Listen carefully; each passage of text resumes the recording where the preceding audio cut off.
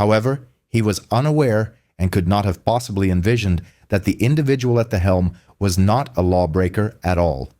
She was someone whose authority far surpassed his own badge, someone who would transform this routine traffic stop into the most profound era of his professional life. Before we proceed, please share your location in the world as you view this, and be sure to subscribe, as tomorrow's narrative is one you will not want to miss. It was a bright afternoon. The sun gleamed off the newly resurfaced asphalt, its warm rays reflecting off parked vehicles and the facades of storefronts along the sidewalk. Inside the black sedan, Judge Maya Ellington, age 46, adjusted her seatbelt. Maya was a state judge renowned for her acute intellect and her composed demeanor in judicial proceedings. Her day had been demanding, involving the review of numerous motions, the mediation of disputes, and the finalization of legal rulings. Yet she maintained her composure. Her hands rested lightly on the steering wheel, and her gaze scanned the road with practiced attention. Beside her, a collection of case files lay quietly, a testament to the significant responsibilities she carried daily. She had just departed the courthouse, intending a brief drive home before the evening. The streets were unusually tranquil, and she anticipated a straightforward journey. However, the instant she perceived flashing lights in her rearview mirror, an all too familiar, unwelcome tension settled upon her. Officer Bradley Knox, 35, exited his patrol vehicle with brisk, sharp, and purposeful movements. Knox had a reputation for impatience with certain motorists, particularly those whose appearance he felt did not correspond with an expensive automobile. From the moment he observed Maya's sedan, he harbored the presumption that she was not meant to be driving it. His prejudice was initially subtle, manifesting as a raised eyebrow, a faint smirk, a manner of regarding her that implied guilt prior to any evidence, yet it was undeniably present. He approached her window and rapped sharply, with evident impatience. "License and registration," he commanded. Maya lowered the window halfway. "Good afternoon, officer." Bradley disregarded her greeting. His eyes quickly surveyed her navy blazer, the meticulously arranged case files on the passenger seat, and then returned to her face. He did not inquire politely. He did not assess the situation.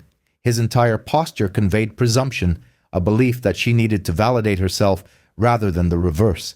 "May I inquire as to why I am being stopped?" Maya asked, her tone calm yet firm.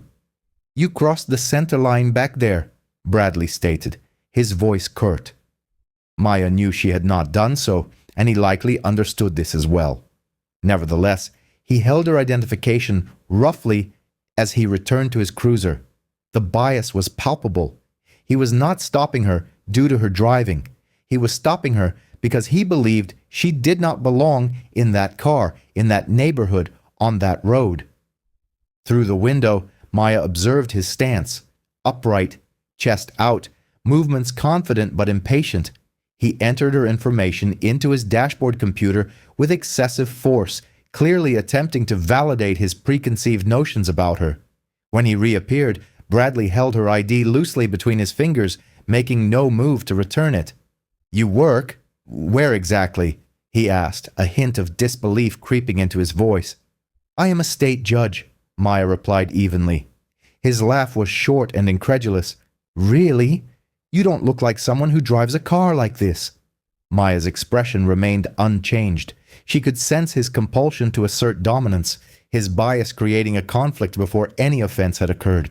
She recognized it from the countless courtrooms over which she had presided, assumptions made before facts, judgments rendered before evidence.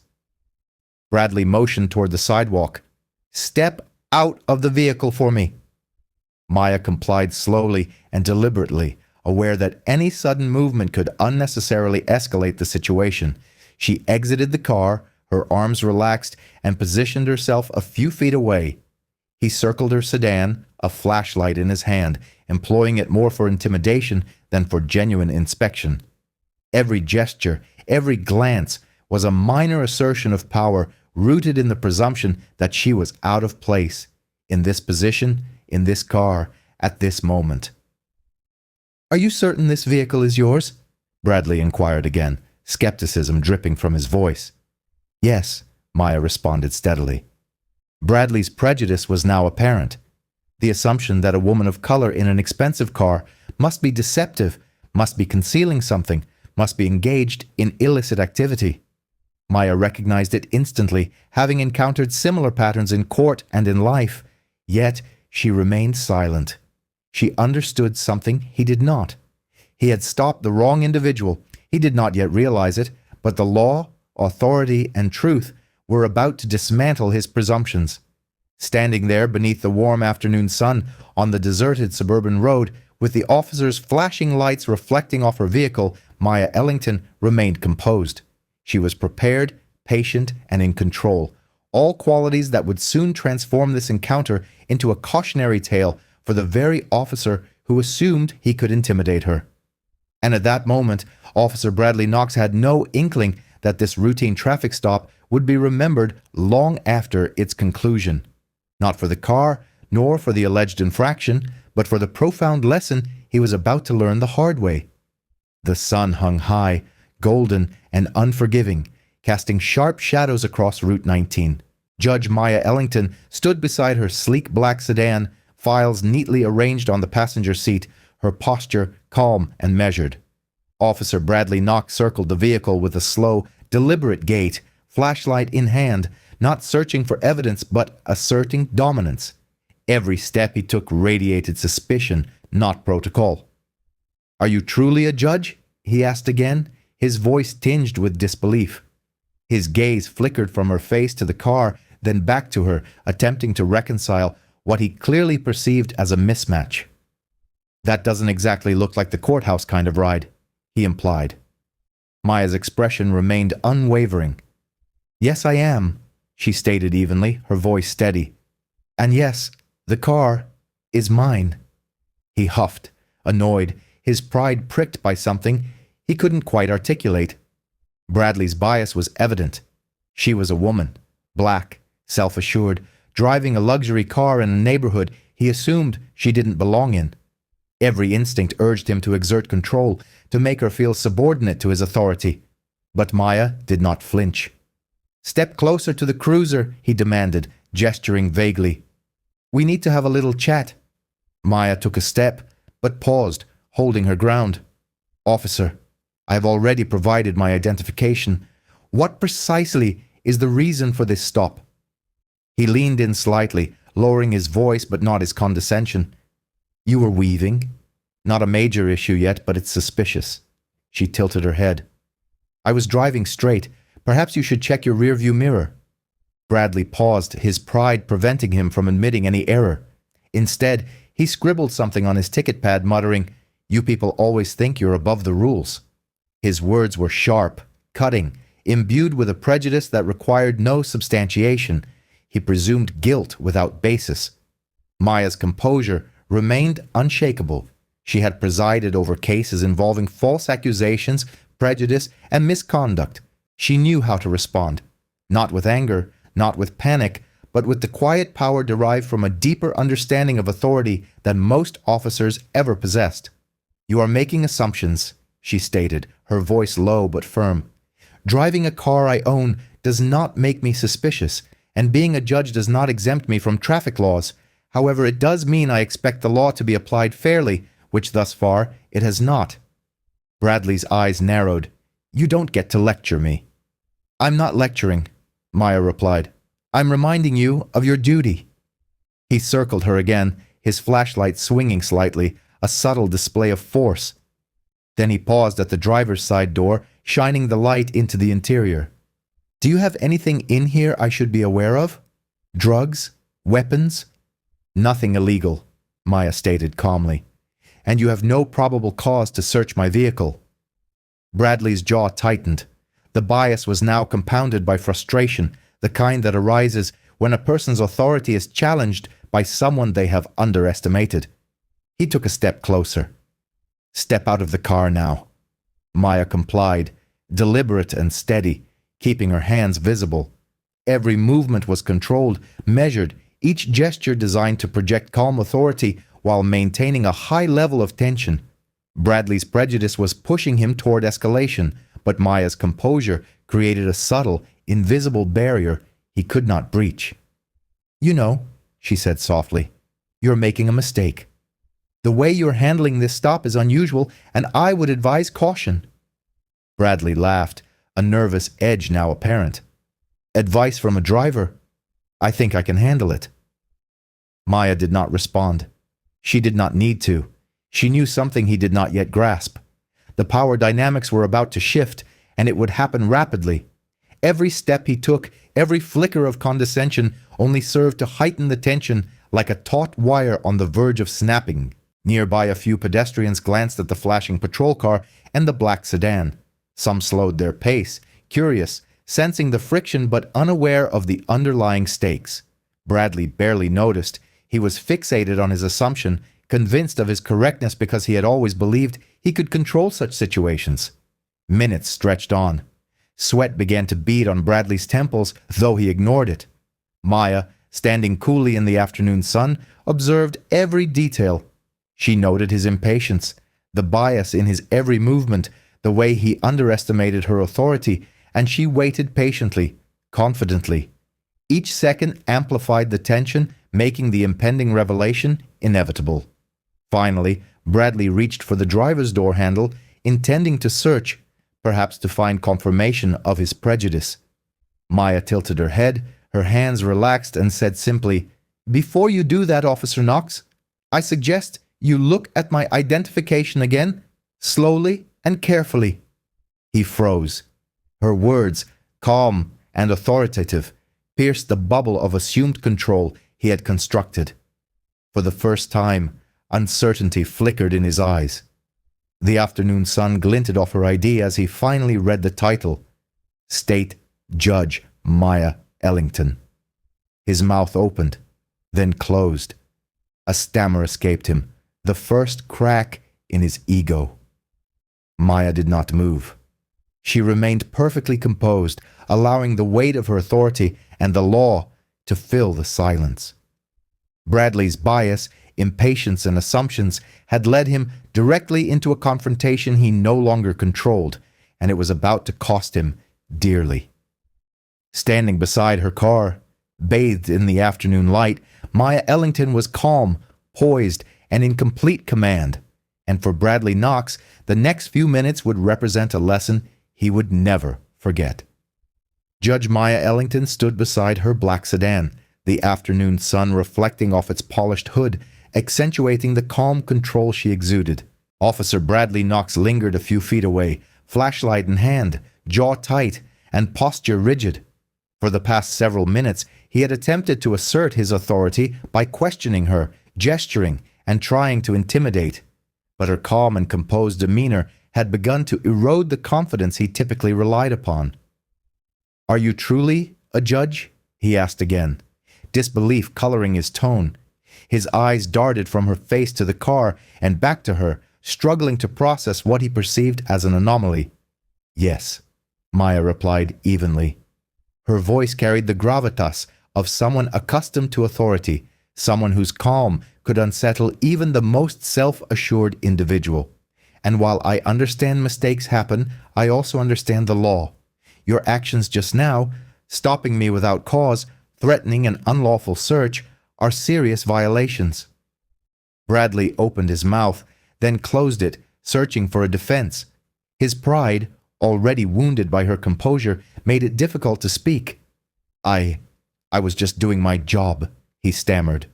Maya shook her head slightly, maintaining a measured gaze. "Doing your job does not include acting on assumptions, officer. You assumed I did not belong in my car. You assumed my presence on this road was suspicious. That is bias, and it has consequences." He fidgeted, the flashlight now an awkward weight in his grip.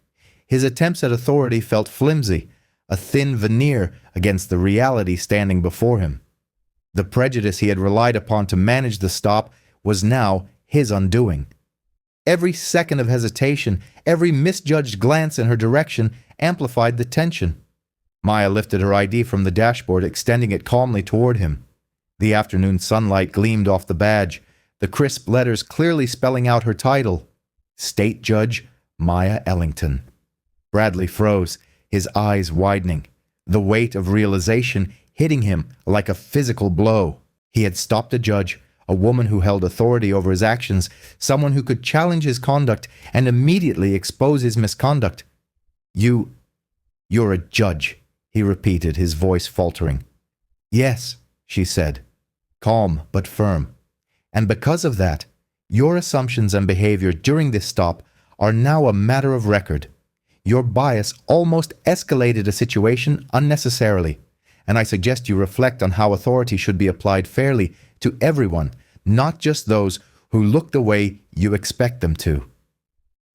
Bradley's chest heaved slightly, and he stepped back, suddenly aware of the stakes involved. This was no longer about a car or a traffic infraction. Every word, every action had consequences far beyond his initial presumptions. The law, which he had assumed would protect him, was now being wielded against his misjudgment. Maya did not raise her voice. She did not make aggressive gestures. She simply stood there, poised, letting the sunlight and her composure speak volumes. Every second of his flustered silence underscored the complete reversal of control. You should have stopped me respectfully, she continued, and without prejudice. Instead, you relied on assumptions and bias.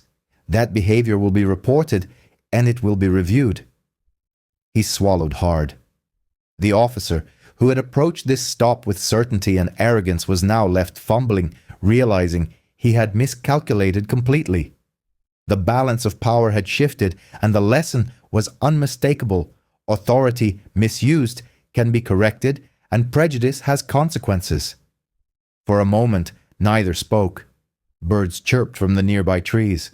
The sun shone warmly across the asphalt, and passing cars slowed slightly to glance at the scene. The street appeared calm, almost mundane, but the tension between the two was palpable, stretching across the shoulder of Route 19. Finally, Bradley lowered the flashlight, exhaling sharply. The confrontation, while not yet officially concluded, had reached a clear turning point. Maya's calm authority, bolstered by the truth of her position, had exposed his misjudgment. Maya straightened, adjusted her blazer, and finally said, I will be documenting this stop and submitting it to Internal Affairs. I suggest you do the same for your own protection. Bradley nodded, defeated, words failing him. His assumptions, arrogance, and bias had collided with someone who knew the law intimately, and the result was obvious. He had underestimated her, and he knew it. With careful movements, Maya returned to her car, opened the door, and sat down. She buckled her seatbelt, adjusting her posture so that even this simple act radiated calm control. She started the engine, the low hum filling the tense silence, signaling the end of the confrontation, at least for now. As she pulled back onto Route 19, the polished black sedan glinting in the afternoon sun, Bradley remained near his cruiser, staring at the space she had occupied. For the first time, he realized that bias and assumptions could not only lead to embarrassment, but could have lasting repercussions on his career. Maya drove away slowly, her composure intact, every decision deliberate. For her, the stop had been an inconvenience but manageable. For Bradley Knox, the encounter would linger in his memory, a lesson in humility, accountability, and the cost of prejudice. And for anyone observing, it was a stark reminder: authority is only meaningful when tempered by fairness, respect, and adherence to the law. Assumptions alone cannot replace it. The polished black sedan glided back onto Route 19, the afternoon sun reflecting off its surface, highlighting the calm dignity of the driver within. Judge Maya Ellington exhaled slowly, her composure intact. The confrontation with Officer Bradley Knox had ended for now, but the events of the past minutes would ripple far beyond this stretch of road. Bradley remained near his patrol car, still gripping the flashlight, replaying every moment in his mind. He had entered the stop full of confidence, certain that authority and intimidation were sufficient to control the situation, but Maya's calm, measured responses and the weight of her position had undone him completely. Every word she had spoken, every gesture she had made had been deliberate, a masterclass in command and quiet authority. Within hours, the Internal Affairs Division received a formal report. Maya had documented the stop in meticulous detail: the time, the location, Bradley's statements, and crucially, his unnecessary escalation and biased assumptions. The language was precise, professional, and unmistakable. There was no exaggeration, only fact, observed behavior, and adherence to the law. Bradley's superiors reviewed the report the following morning. They noticed patterns in his prior stops, repeated confrontations that suggested bias and overreach. This was not the first time complaints had reached internal affairs, but it was the first time they were accompanied by irrefutable documentation from someone whose authority and credibility could not be questioned. By the end of the week, Bradley Knox was formally reprimanded. He was required to attend bias training, review procedures for traffic stops, and submit a reflection report to his department. The incident was logged in his personnel record, a permanent reminder that assumptions could no longer guide actions in the line of duty. Maya returned to her chambers later that week, settling back into her routine with the quiet satisfaction of justice served. The case files on her passenger seat represented the weight of responsibility, and her unwavering composure had not only protected her rights but highlighted a broader lesson. Authority comes with accountability, and assumptions based on bias can have serious consequences. Her colleagues at the courthouse discussed the incident in hushed tones, impressed by her restraint and poise. Many had witnessed officers stopping drivers unnecessarily, often escalating situations based on appearance or prejudice. But Maya's handling of the situation became a quiet benchmark, a story of how professionalism, calm authority, and knowledge of the law could correct even the most reckless assumptions. For Bradley Knox, the stop was a humbling experience. Every moment replayed in his mind, each one a reminder of how quickly bias can undermine authority. He had assumed control, underestimated the driver, and paid the price professionally, emotionally, and reputationally. Meanwhile, Maya resumed her day-to-day life, driving through the city with a renewed sense of vigilance and calm. She did not boast about the incident or make it a spectacle. Instead, she grasped the efficacy of considered reactions, the merit of forbearance, and the significance of wielding influence with prudence. Nevertheless, the recollection of that afternoon persisted, a gentle yet unwavering testament to the reciprocal education that had transpired.